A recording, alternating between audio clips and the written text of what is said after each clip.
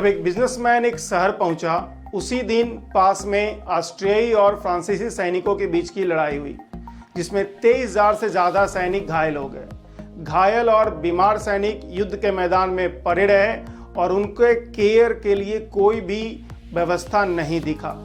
और तो और जो ऑस्ट्रियाई डॉक्टर्स घायल सैनिकों की मदद कर रहे थे, उनको फ्रेंच सैनिकों ने गिरफ्तार कर लिया।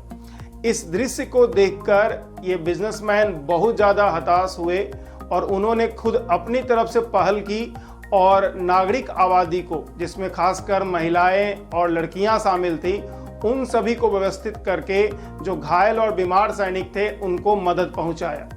बाद में वो ऑस्ट्रियाई डॉक्टर्स को भी फ्रांसीसी सरकार से रिहाई करने में सफल हुए। ऑल डेज में इस बिजनेसमैन की कंपनी दिवालिया हो गई और जो भी रिश्तेदार और दोस्तों ने उस कंपनी में निवेश किया था, सभी को भारी नुकसान झेलना पड़ा। इसी कारण इन्हें ना ही दोस्तों से और रिश्तेदारों से, इवन अपनी वाइफ और बेटी से भी सहायता और समर्थन नहीं मिल पाया। इसलिए बुढ़ापे में इस फाइनेंशियल क्राइसिस ने इन्हें गरीबी में ढकेल दिया और इनके सोशल स्टेटस को बहुत ज़्यादा ठेस पहुंचाया।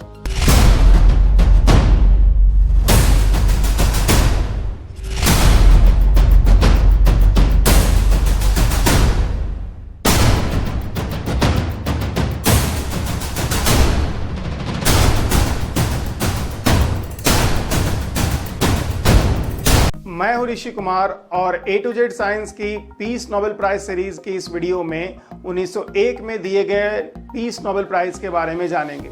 इस ईयर 2 लोग को नोबेल प्राइज दिया गया था, जिसमें से एक थे जीन हेनरी डुनांत, जिनके बारे में मैंने आपको अभी बताया।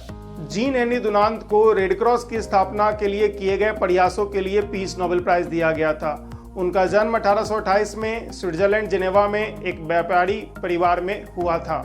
उन्होंने युद्ध के मैदान में देखभाल के लिए किए गए प्रयासों पे बेस्ड एक बुक लिखी, जिसमें ये वर्णन किया गया था कि हर स्टेट को एक संघ का गठन करना चाहिए जो इसका काम घायल और बीमार सैनिकों को मदद करना हो, चाहे वो किसी भी पक्ष के हों। उनके प्रयासों से 1863 में रेड क्रॉस की अंतर्राष्ट्रीय समिति का गठन हुआ और अगले वर्ष जिनेवा कन्वेंशन को इसमें शामिल किया गया।